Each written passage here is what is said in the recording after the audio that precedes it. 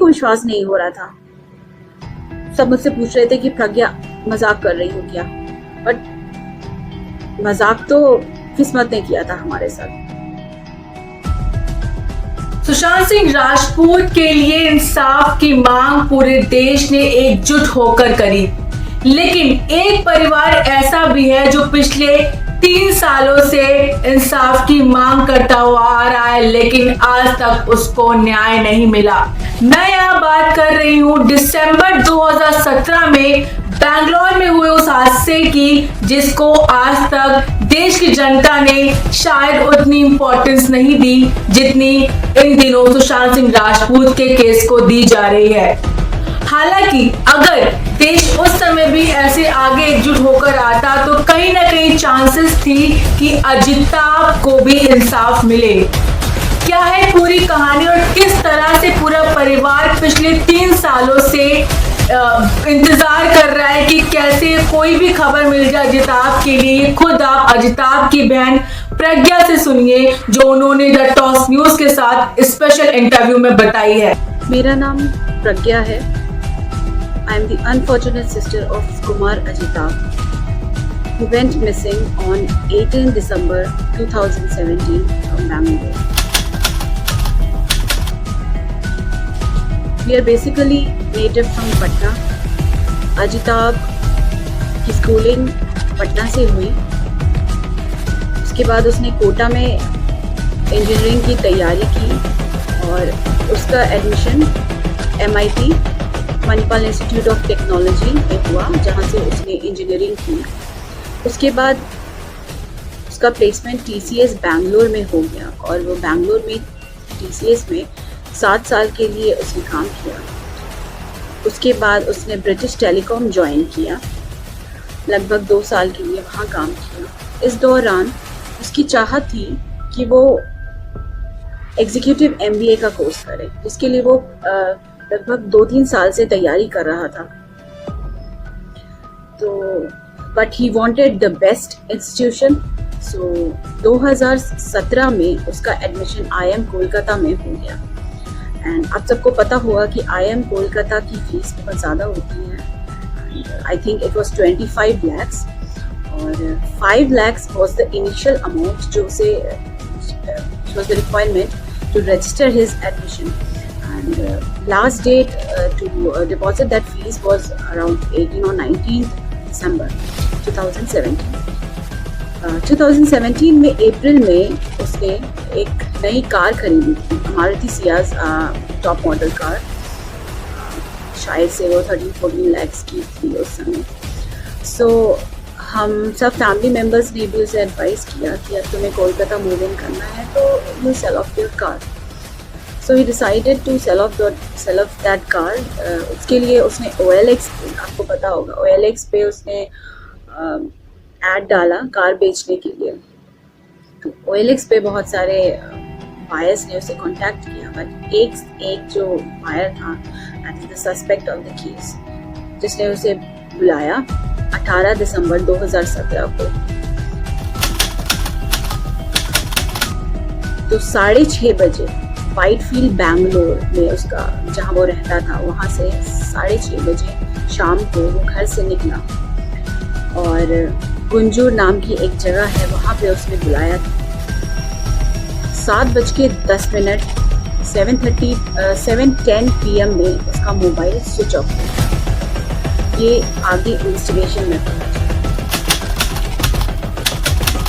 तो जब फैमिली को, हम सबको पता चला, ये 18 तारीख की ये बात है और हम सब उसे कांटेक्ट करने की कोशिश कर रहे थे। हमने उसे फ़ोन किया बट वो फ़ोन रिसीव नहीं कर रहा था, उसका फ़ोन स्विच ऑफ आ रहा था एक्चुअली, और व्हाट्सएप पे उसको मैसेज डिलीवर नहीं हो रहे थे। तो पूरी फैमिली पैनिक हो गई और हमें डर लग रहा था, अजीब व गरीब ख्याल आ रहे थे मन में। फिर हमने बैंगलोर में जिस फ्लैट में वो रहता है, जो उसके रूममेट्स हैं, उनसे कांटेक्ट किया, उनसे पूछा। उन्होंने भी बताया कि वो कल रात से वापस नहीं आया है। तो हमने बोला कि मिसिंग FIR जाके नज़दीकी पुलिस स्टेशन में, जो वहाँ पे वाइट पुलिस स्टेशन है, वहाँ पे FIR फाइल कर दी। फिर पूरी फैमिली हम वहाँ पहुँचे 20 तारीख को, 20 दिसंबर 2017 को। जब मिसिंग एफआईआर फाइल की गई तो पुलिस ने बिल्कुल कैजुअली लिया इस केस को। अगर उन्होंने समय पे खोजबीन की हो, अजिताभ 18 तारीख को अपने घर से निकला और आज तक ना उसके कार का कुछ पता चला और ना ही अजिताभ का कुछ पता चला।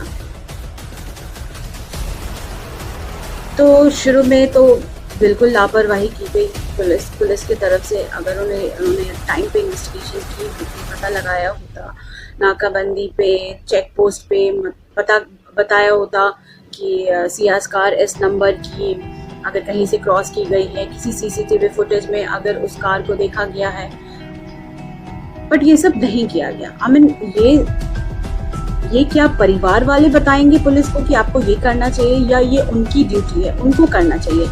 ये कोई पहला ऐसा केस तो नहीं है।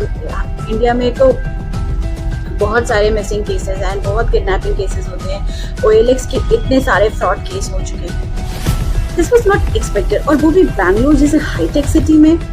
अच्छा, व्हाइटफील्ड से लेकर वो गुंजूर जगह जहाँ पे उसने बुलाया था, एंड बैंगलोर तो आपको पता है हाईटेक सिटी है।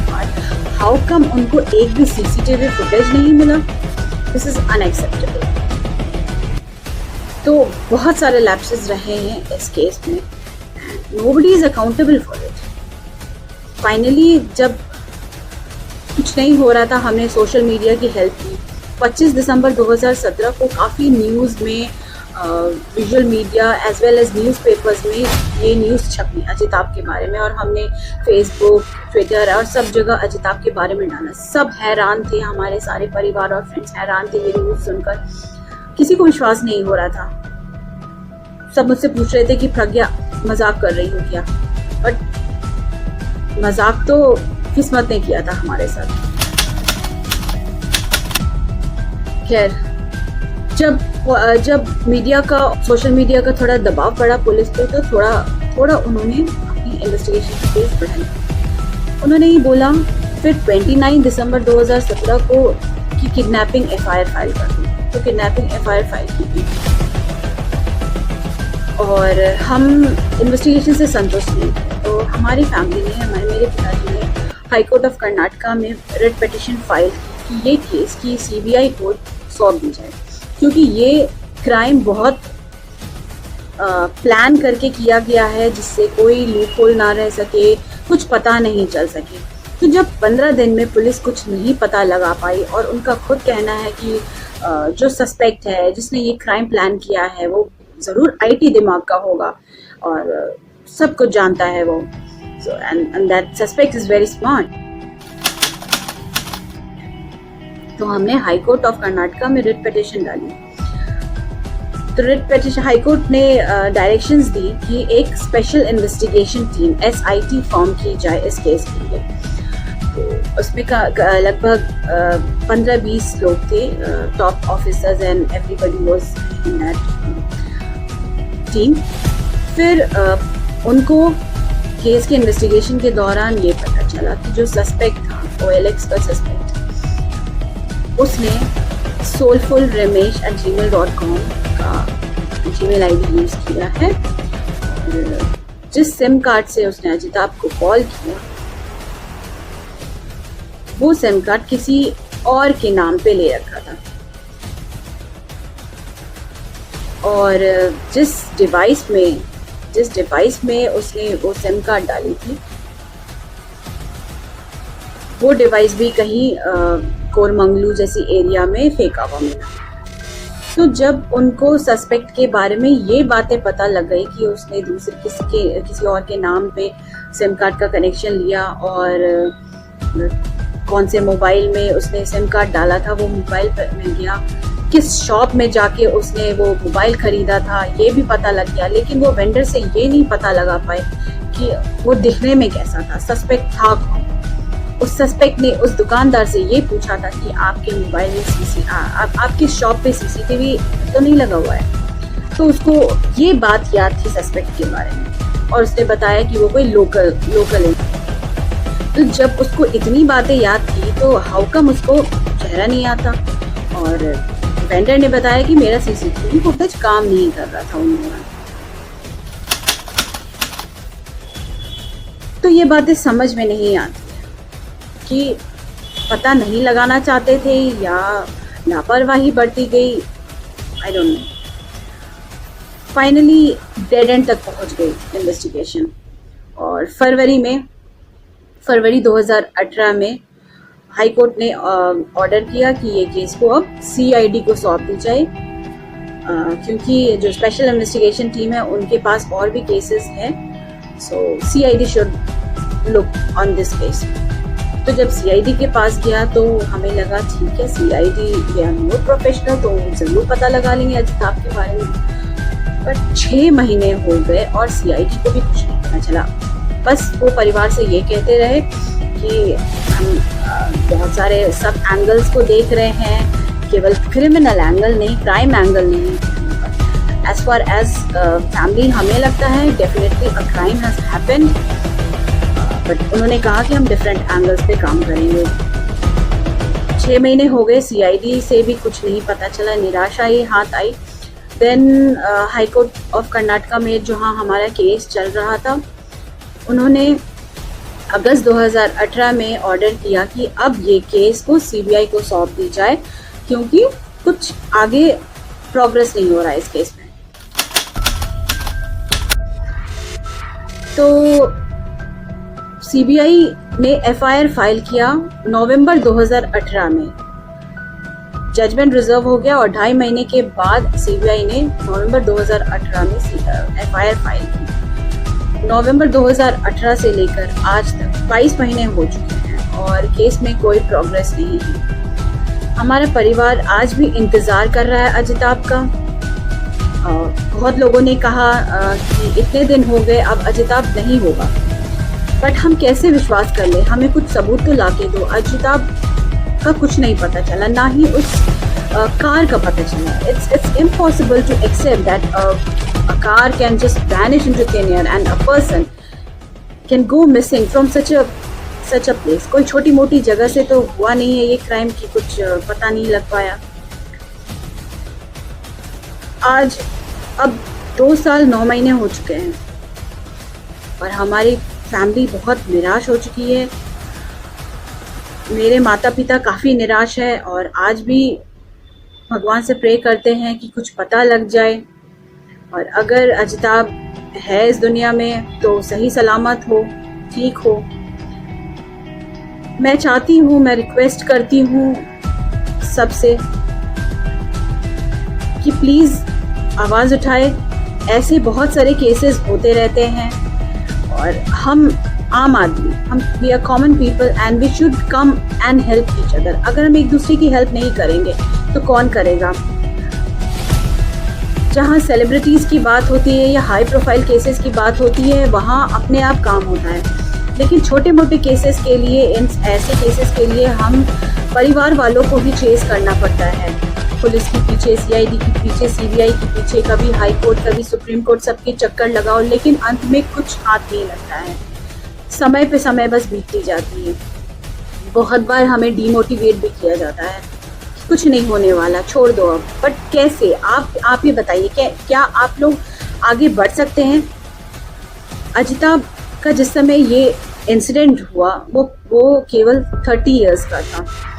उसकी शादी भी नहीं हुई थी। वो MBA करना चाहता था, लेकिन वो उसका ये सपना कभी पूरा नहीं हो सका। जिस तरह आप सब SSR केस में जुड़े हैं, उनकी मदद कर रहे हैं, हम सब जानना चाहते हैं कि आखिर हुआ क्या उनके साथ और जो भी है इन सब के पीछे उनका पता लगे। मैं आप सबसे रिक्वेस्ट करूंगी कि प्लीज़ हमारी फैमिली की, अजिताभ की मदद करें। तो ये थी प्रज्ञा, जो अजिताभ की बहन है, उन्हीं की ज़बान में अजिताभ की कहानी। अगर आप चाहते हैं कि अजिताभ को इंसाफ मिले तो द टॉस न्यूज़ की, प्रज्ञा की, अजिताभ के पूरे परिवार की आपसे रिक्वेस्ट है कि इस वीडियो को ज़्यादा से ज़्यादा शेयर करें, ताकि जो मुद्दा है सामने आए और सीबीआई इस मुद्दे पर एक्टिवली काम कर सके। वीडियो पसंद आया हो और इस तरह के कुछ अनसुनी कहानियां और मुद्दे आपको आगे भी जानने हो तो हमारे चैनल रतौस न्यूज को सब्सक्राइब करना ना भूलें, हमारे बेल आइकन को दबाना भी नहीं और वीडियो को लाइक और शेयर करना भी नहीं।